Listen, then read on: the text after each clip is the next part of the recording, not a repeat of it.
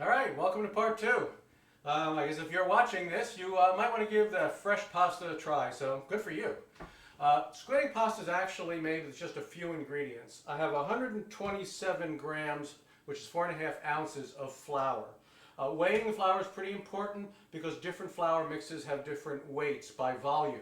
This is a King Arthur pasta flour. You could use all-purpose, but try to stick with that weight, 127 grams or 4.5 ounces. I have an extra large egg in here that I've beaten, and I'm going to add to that 2 teaspoons of squid ink, which, by the way, it's not actually squid ink, it's cuttlefish ink.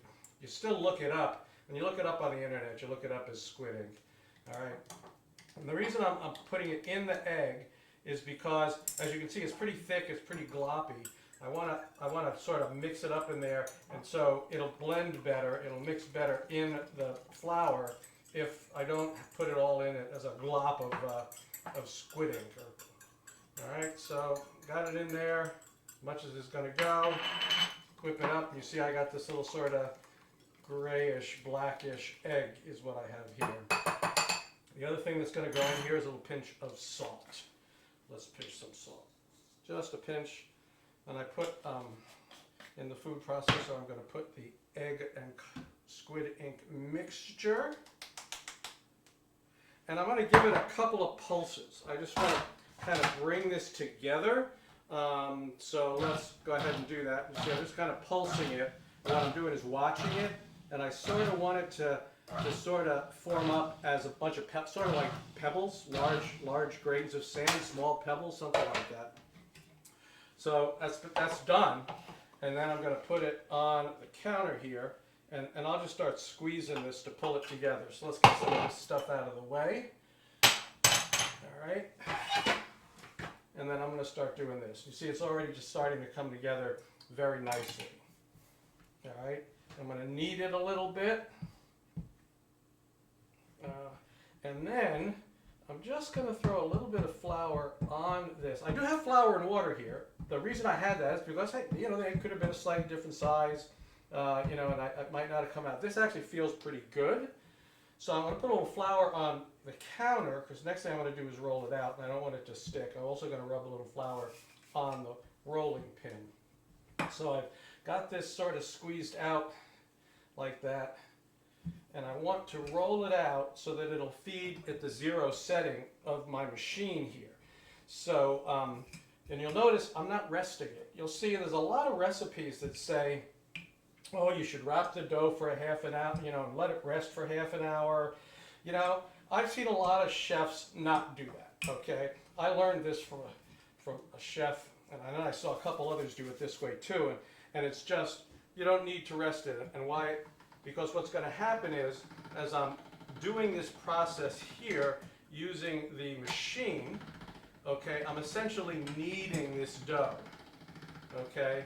So it's going to start to knead up really nice. I'm just going to keep feeding it through. So I take it out, right? I'm going to fold it over again like this, okay? And we're just going to keep doing that. I'm going to do that a couple of times on this setting. I'm just going to go fold it over, feed it in. And so I'm hydrating the dough, I'm kneading the dough, so I don't really need to do that extra step of letting it sit for half an hour, which basically takes more time. Make it go a little faster here. So I keep feeding it through. Now you notice I'm feeding it through at the same level for a while, because at this point I'm really trying to get it hydrated and knead it. I want to reverse the direction on it also, so I can get it to square up better. So this time I flipped it 90 degrees. I folded it over and flipped it 90 degrees. And I think I'll do that again. All right, so this is the process I'm going through. And I've done this, I don't know, 5-6 times at this point, and I can start now the process of making it thinner. So this is my last time through 0, and I'm going to go through 1, down to 1, and still at 1, I'm still going to do some folding because I want the thing to start getting flatter edges, and a little more of that rectangular shape that I'm after. So I'm going to do that again. Get on my 1, square that up. All right, now I'm going to go to 2. See, it's feeding through nicely. Now I'm going to do my fold again. That, and 2.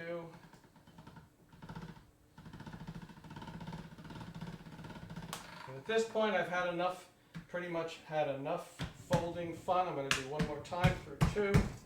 Fold it over. One last time. And that's going to be the only, I'm done with the folding now. Okay, I'm just going to start feeding it through. So now I went to the next, I guess I was on 1 and now I'm at 2. I'm gonna just feed this through to my final setting. I'm headed for 6. I'm headed for 6. I'm at 3, now I'm at 4. You'll see now, of course, as I roll it out thinner, that it starts to get longer. There we go.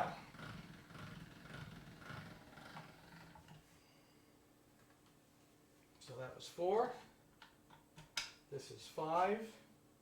And you know, I'm going to stop at 6, but you know, you can go to 7. You just got to how thick you want it. I think with this squidding pasta, 6 is a good setting. It gives it a nice chew to it when you cook it. So let's go here. We're going to go one more. That's 6. One more to get to 6. Here we go.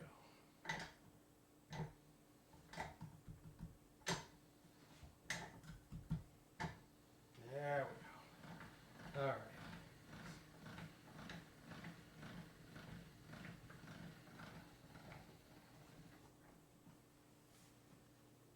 That's nice. That's what I like. Now, obviously, I don't want noodles that are this long. I don't want pasta that's this long.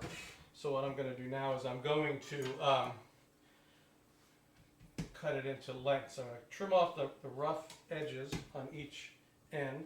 And I think about thirds. Usually, by the time you get to this point, you're headed for thirds. So I'm going to cut here, and then I'm going to cut here.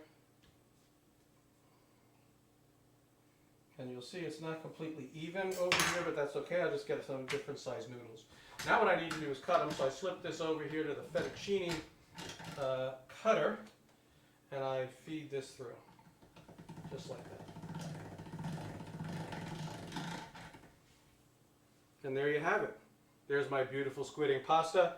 I'll finish this. Generally what you do is you can take this, you can spread it out a little bit, leave it, you can cook it right away.